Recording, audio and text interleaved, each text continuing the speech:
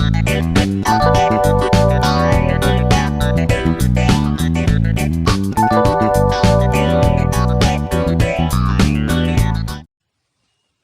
semuanya, jumpa kembali di podcast Eksplorasi Ilmu bersama saya Syafina dan juga Yuliana sebagai host di podcast hari ini. Jadi, di episode podcast hari ini kita akan membahas tentang konflik terkendali. Tapi di sini tuh kita nggak hanya berdua doang ya, Vin, tapi kita juga ditemani dengan kedua narasumber yang memang mereka berdua ini tuh juga teman-teman kita dan mereka tahu soal konflik terkendali ini. Betul banget Yul, mari kita sambut dua narasumber kita hari ini, yaitu ada Ratih dan juga Rahma. Hai, selamat datang. Selamat datang. Terima kasih Syafina dan Yuli udah undang kita di sini, dan di sini kita juga akan belajar bareng dan memberikan wawasannya baru untuk teman-teman semuanya. Iya, kita juga mengucapkan terima kasih juga sama kalian berdua yang udah menyempatkan waktu kalian untuk hadir di acara podcast kita hari ini. Ya walaupun ini di tengah-tengah kesibukan kalian ya. Gimana nih kabar kalian? Yang pasti masih semangat dong ya? Jelas masih semangat dong. Gimana kabar kalian juga? Kita udah lama gak ketemu ya. Alhamdulillah kabar kita juga baik dan sehat. BTW, kita bahasnya sesuai topik ya. Kan kalian tahu konflik sesuai pengendaliannya dibagi menjadi dua, yaitu ada konflik terkendali dan juga konflik tak terkendali. Nah, pada podcast hari ini kita akan bahas sesuai topik, yaitu konflik yang terkendali. Nah, iya tuh bener banget. Konflik terkendali itu kan di mana konflik tersebut itu melibatkan beberapa pihak juga yang terlibat, dan ini tuh mereka tuh dengan mudah mengendalikan konflik sehingga konflik tidak cepat meluas dan segera terselesaikan. Nah, betul yuk. Nah, Rahma, konflik terkendali itu seperti apa sih? Sebenarnya sama sih sama yang kamu omongin tadi. Kalau konflik terkendali itu ada perbedaan pendapat atau perselisihan antara individu atau kelompok. Tetapi konflik terkendali ini tidak berujung pada kekerasan fisik yang merugikan orang. Ya, aku juga setuju sih. Jadi, dari konflik terkendali ini dapat terjadi dalam beberapa konteks, tapi tujuannya untuk mencari solusi yang damai dengan cara memahami dan mendengarkan, serta untuk menguntungkan semua pihak. Sebagai contoh, konflik terkendali itu kan misalkan konflik yang terjadi pada saat rapat OSIS kan. Yang namanya rapat OSIS itu pasti ada perbedaan pendapat antara anggota satu dengan anggota yang lain untuk mengembangkan organisasi tersebut. Sehingga perbedaan pendapat ini tuh bisa berujung pada konflik. Tapi ada pihak yang terlibat, yaitu ketua OSIS. Ketua OSIS itu mampu memberikan solusi yang bijak sehingga konflik ini tuh bisa bisa terselesaikan dengan baik juga. Nah, ada nggak sih contoh yang lain dari konflik terkendali ini seperti apa?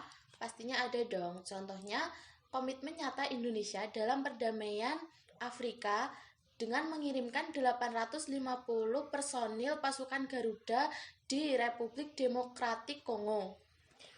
Pasukan Garuda itu dikirim ke sana untuk mengatasi konflik yang terkendali di sana ya?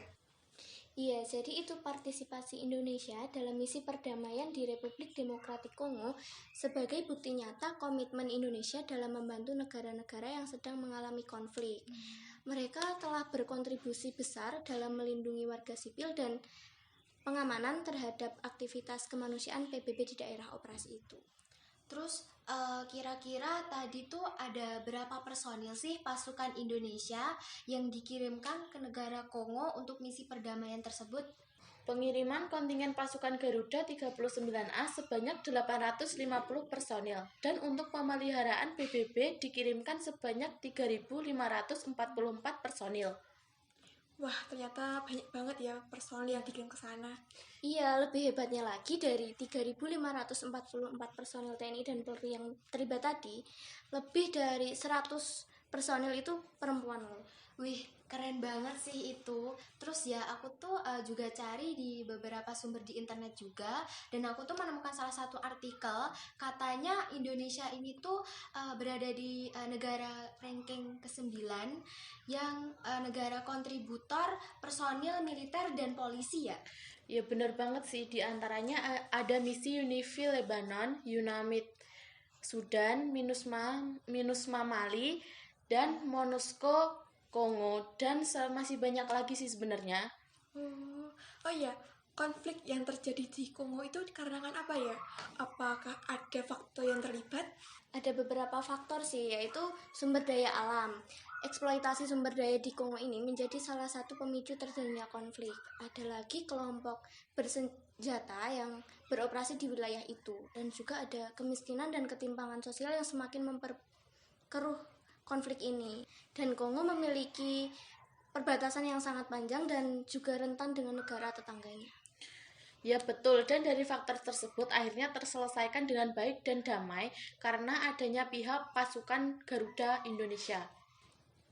Oke, dari apa yang udah kita obrolin tadi dan penjelasan dari Rahma dan juga Ratih sangat membantu ya.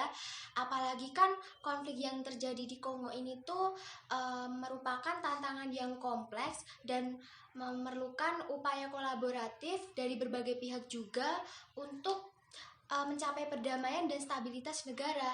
Dan alhamdulillah akhirnya konflik yang terjadi di Kongo ini bisa terkendali dengan cepat selesai.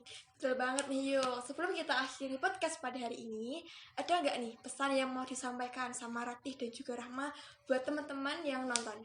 Ada sih, dari penjelasan tadi dapat kita simpulkan bahwa konflik itu bagian dari kehidupan. Tetapi dengan itu kita kan juga memiliki kekuatan untuk menghindari konflik tersebut dengan cara terkendali. Iya. Aku juga mau mengajak teman-teman untuk selalu membuka pikiran dalam menghadapi konflik dengan cara mendengarkan dan memahami pandangan orang lain untuk mencapai solusi yang baik.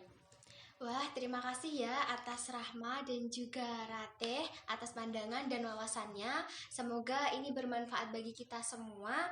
Dan terima kasih untuk teman-teman yang udah menyimak episode podcast kita hari ini. Sampai jumpa di episode selanjutnya. See you!